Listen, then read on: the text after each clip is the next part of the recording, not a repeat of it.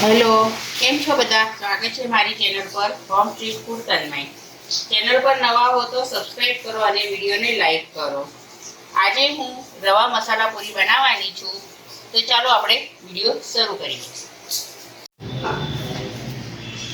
મેં અડધો કપ ઝીણો રવો લીધો છે. આપણે એક કટોરીમાં લઈ લઈએ. હવે એમાં રવો ડૂબે એટલું ગરમ પાણી નાખવાનું છે.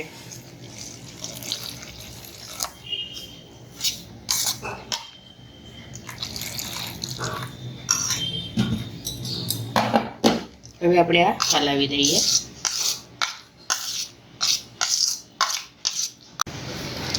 હવે આને આપણે 10 મિનિટ માટે રેસ્ટ આપીશું. આપણો રવો પલળી ગયો છે. મેં 10 મિનિટ પહેલાં ગરમ પાણીમાં પલાળી રાખ્યો હતો. હવે એમાં આપણે ઘઉંનો લોટ નાખીશું.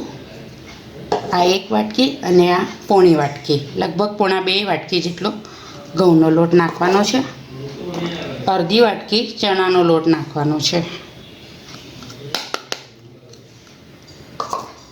હવે આમાં અજમો લેવાનો છે, હાથમાં ક્રશ કરીને એ નાખવાનો છે.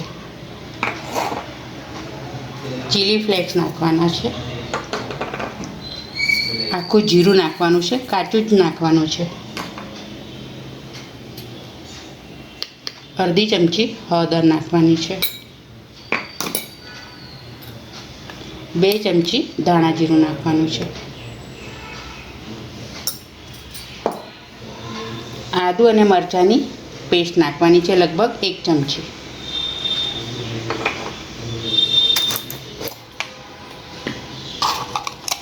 પાંચ ચમચી હિંગ નાખવાની છે.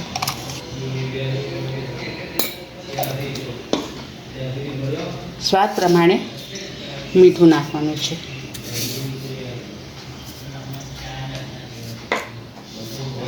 કસૂરી મેથી લેવાની છે હાથમાં અને એ ક્રશ કરીને નાખવાની છે.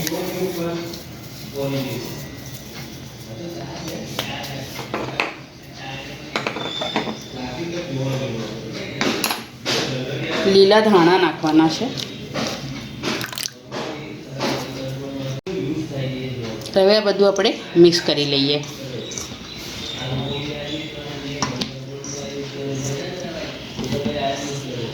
આ બધું મિક્સ કરી લીધું છે. આમાં પાણી નાખવાની જરૂરત નથી પડી, કેમ કે રવો આપણો પલાળેલો હતો, એમાં જ બધું એડજસ્ટ થઈ ગયું છે. હવે આ કઠણ લોટ આપણે બાંધી લઈએ.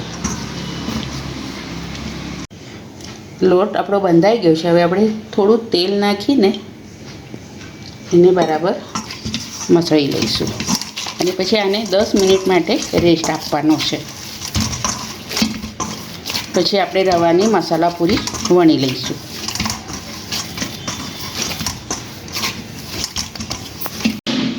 દસ મિનિટ મેં રેસ્ટ આપ્યો હતો.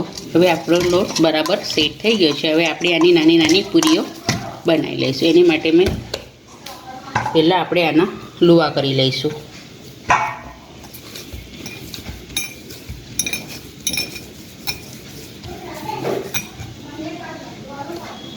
આટલી નાની નાની લોહીઓ બનાવી લેવાની છે.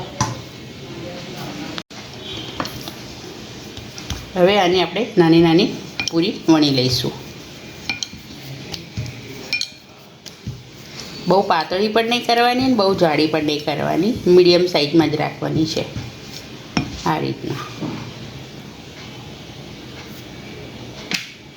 પૂરી આપણી વણાઈ ગઈ છે. હવે આપણે તળી લઈએ. મેં તેલ ગરમ કરવા મૂકી દીધું છે.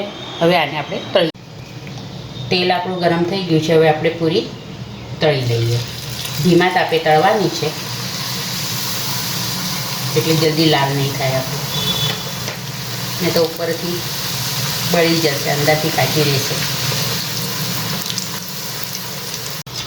આપણી પૂરી તળાઈ ગઈ છે.